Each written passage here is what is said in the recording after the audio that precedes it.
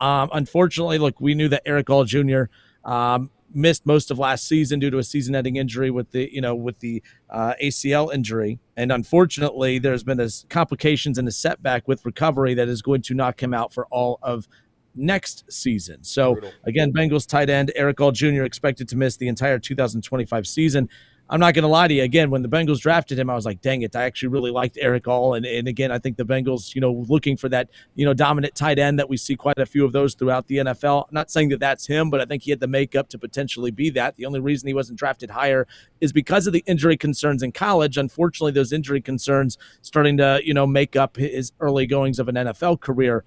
The one thing that caught my attention about this is just because we talk so much about a team that when we look at them, talking about the difference between them and some other teams around football is that they have the stars, but they've missed on quite a few picks over recent years, and how important the draft is going to be moving forward. You can't afford to miss on draft picks, especially if you're going to have the highest paid or one of the highest paid quarterbacks, the highest paid wide receiver, possibly adding T. Higgins in the mix with that as well. Offensive line, holes that you might have to fix financially in the offseason. D-line needs a lot of work. When you have these holes that you have to fill, the quickest way to do that is to start hitting on draft picks. And unfortunately, with all the uncertainty around Burton and having a horrible rookie season, being more of a distraction than anything, not knowing his future, and now we know Erick All Jr. is going to be out for all of next season. When you look at last year's draft, the higher draft picks, knowing you're going to be without your third and fourth round pick, those basically being non-factors for 2025, that's a little of a concern. First off, very, concerned about Erick All Jr., and it's unfortunate about that injury. But when you look at it from a team standpoint as well, already no third or fourth round picks from last year that will have an impact on the roster this upcoming season. That could be a concern as well.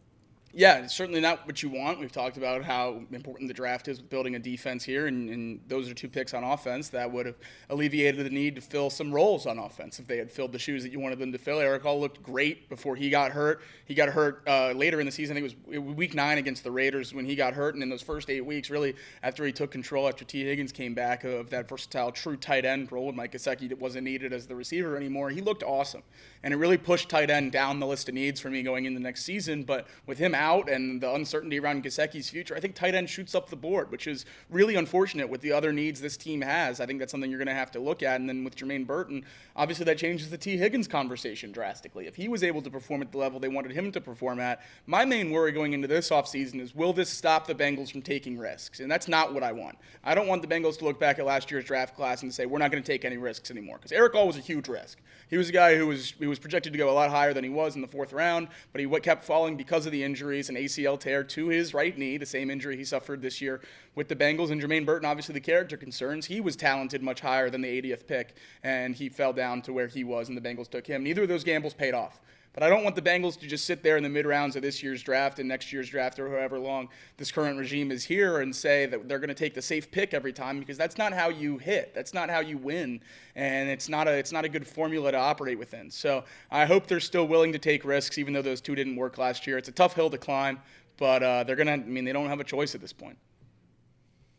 I just wanted to say real quick, Erick All was one of the bright spots of last season. And as Jacob said, it was sort of a gamble, right? It was sort of a risk to take Erick All based on the injury history. And unfortunately, it came back to bite him, and it's going to cost him maybe his career with the Bengals. I want to say this.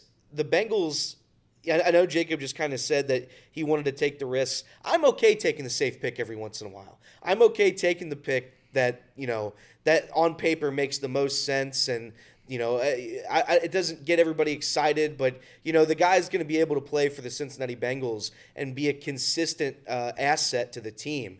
Erick All, I loved Erick All, but you knew those injury risks. You knew that.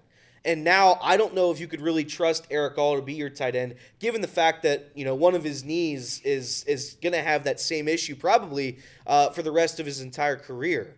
Jermaine Burton is another guy. You knew those issues were going to be a problem. You knew that. And it came back to bite you this year. He was terrible. He was unable to go to game. He was unable to attend games. He wasn't allowed to go with the team. So I'm okay with the safe pick every once in a while. I understand what Jacob's saying, and he's 100% right. You can't be just afraid to do anything because you miss so frequently, seemingly, on these risky picks. But it's every once in a while, it's okay to take the safe pick. Every once in a while.